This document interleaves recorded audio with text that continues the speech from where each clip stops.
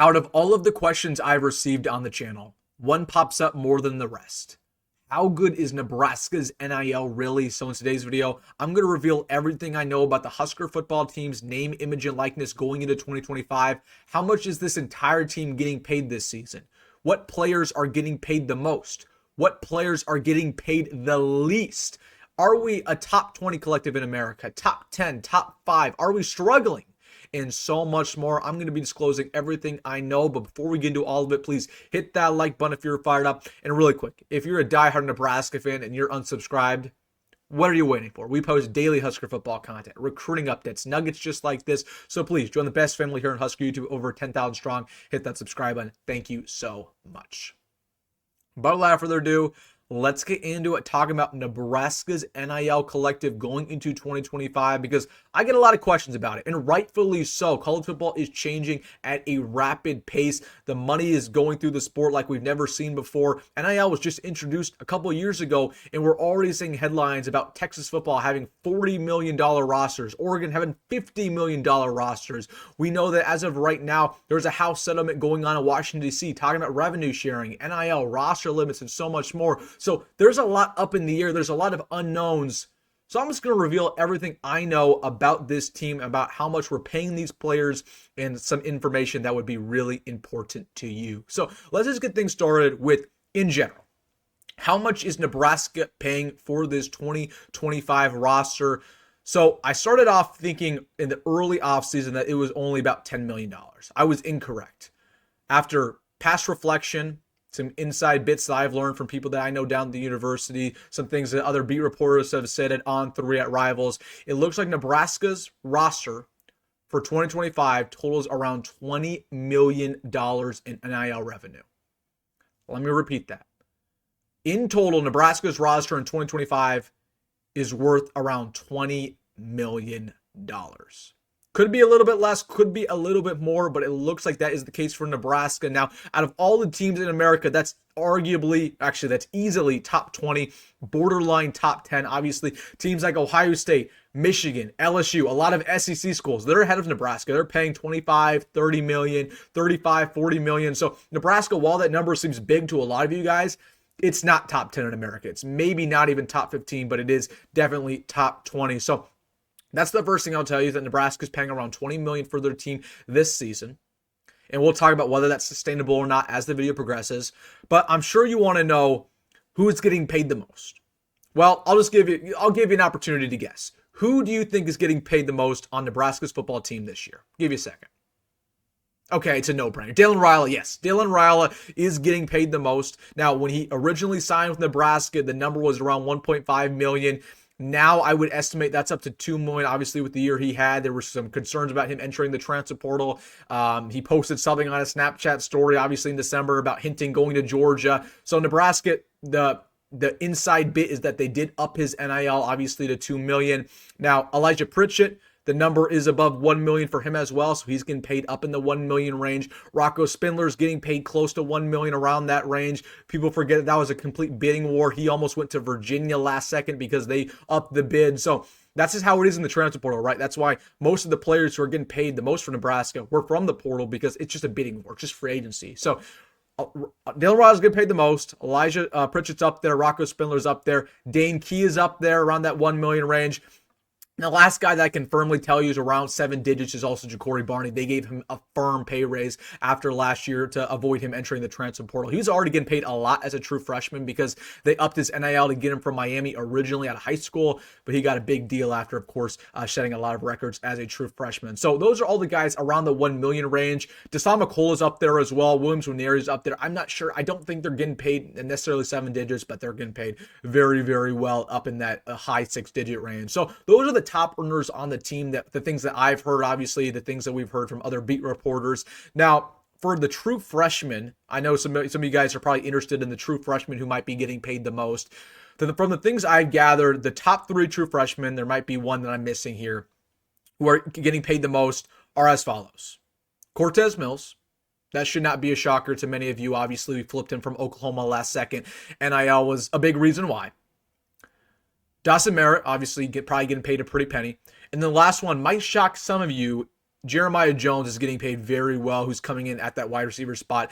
He was not an early enrollee, but people forget that was a complete bidding war on sign day. He almost flipped to Missouri because they upped his NIL price. Then he went back to Nebraska. Then he almost flipped to Missouri, and then Nebraska upped that price one last time, and he signed at like 4 p.m. that day. It was a very late signing because he was on the phone, bidding offers. So those are the freshmen that are getting paid the most. I might be missing a name or two, but and by the way, those guys are not getting paid in the million range. So just so you know, but I wanted to give you that. Now, estimations for every single positional group. The quarterback room, I would say, is roughly worth $3 to $4 million. Obviously, Raiola is a good chunk of that. Marcus Davila is getting paid a decent NIL package. Lateef got paid a little bit, obviously, as a true freshman. But most of that's still in Raiola, so $3 to $4 million. The running back room, I would estimate, is only around $500K. Again, this is all estimation. I don't have, this isn't for a fact. But the running back room only getting paid around $500K. Obviously, Emmett's most of that, but Emmett's deal was not that huge. They don't value the running back position that much. Obviously, Dane Holgerson's offense, so take that for what it's worth. Wide receiver room is getting paid $3 to $4 million in total. So that's the second most on the team, not named quarterback. Of course, with Dane Key, Jacory, Barney, Nyziah Hunter has a good package in there. Jeremiah Jones, Cortez Mills, the true freshman. A couple others there. So wide receivers getting paid a lot. Tight ends, I would say probably only $500K. There's just not, I don't think Mac Markway is getting a single thing. He enrolled at Nebraska. I don't know what Cardinals is getting, but I'd say probably only $500K there. Offensive line, $3 million. Obviously, we just talked about the true freshman. Got a couple other guys getting paid decently there. So I'd say $3 million for the offensive line. D-line, I'd say about $2 million with obviously Williams Winery. They got Elijah Judy, who's getting paid a decent amount. That's kind of the reason why he came back. Riley Van Papa's getting paid a good amount. So $2 million for the D-line, $2 million for the linebacker core, and the DB's also at $2 million as well. So that's just my rough estimate. I don't have that for a fact, but with the information that I do have, that's how I would divvy up every single position of group. That total is around 18, 19 million. So a little bit under 20, but that's probably, and there's some error in there because that's all estimation. So that's how much pretty much these Nebraska players are getting paid. Now, what does this mean for the Huskers? I know a lot of you guys are probably shook right now. You're like, wow, that's a lot of money. I hate to tell you, but it really isn't. At least not compared to Texas, Oregon, the legit programs. Nebraska obviously is not a legit program yet. We're a top 30 program in America, but we're not top 10. We're not top 15. If we want to start talking top 15, Nebraska's payroll is going to get up there to the 35, 40 million range, right? But I will say this about Nebraska. The reason why our NIL is going to be successful for the long term is because, once again, we're very conservative, and that's for a reason, right? We're doing this for the long term. We're not going to be in a deficit like some of these other programs. So we're one of the only programs in America that actually had a surplus from a revenue standpoint last year. So while right now we're only paying roughly $20 million for our team, next year that's going to be $25 million. The year after that's going to be $30 million. And we're going to continue to increase that because we have money to spend. We're not going to be struggling for cash in a couple years like Ohio State or Texas or some of these other programs. Now, second thing that I've noticed from our NIL trends is just we're prioritizing production. Okay, very, very simple. We're prioritizing production over everything else. A lot of these programs are paying millions of dollars to high school true freshmen. Okay, or true freshmen who are coming out of high school. Nebraska's just not doing that because that's very risky, right? For example, Miami just paid Jackson Cantwell, the number one recruit in the 26th class, $2.5 million a year. That's risky. And while Jackson Cantwell is a great prospect, he might turn out to be a bust. There's always a possibility that happens. Nebraska's only paying guys who are proven, whether that's a guy like Jacory Barney who did it last year in Nebraska uniform, whether that's a transfer, obviously, like Rocco Spindler, who was a starting offensive lineman for Notre Dame. They prioritize production over everything else. So we're not paying these true freshmen a lot of money. Okay, and if, for example, like Trey Taylor, notably, his parents said that if it was an NIL decision, he would not be going to Nebraska. He would probably go to LSU because LSU is paying him a lot more. But that's a story for another day. Nebraska is not willing to pay a lot of these true freshmen a lot of money, at least compared to these other programs. Number 3, Nebraska is implementing contracts. So what you should know is that Nebraska is not going to get screwed over. Let's say we're paying Andrew Marshall $500K. That probably is pretty accurate, actually. Let's say we're paying him $500K. If Andrew Marshall comes here and stinks it up, he's probably not going to get that entire $500K because Nebraska is slowly implementing contracts. That's going to be something you see more and more as college football progresses.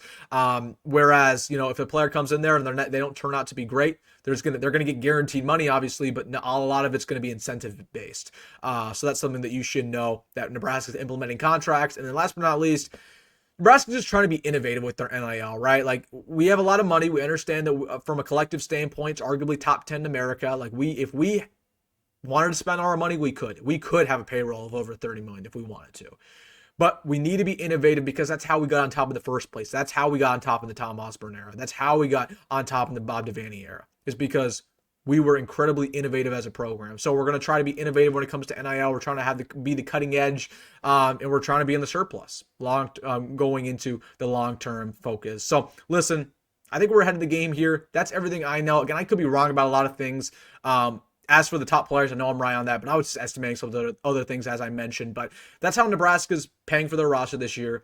I don't feel bad posting that information because at some point, a couple years, all of this is going to be public anyways. Like, they're going to start reporting these NIL deals pretty publicly. So might as well just share with you what I know. Let me know your thoughts down below. What are you thinking about the future of college football? Let me know in the comment section. Hey, if you made this far on the video, you know what to do. Hit that like button and subscribe. As always, folks, go grab, go on that rule. I'll see you in the next one.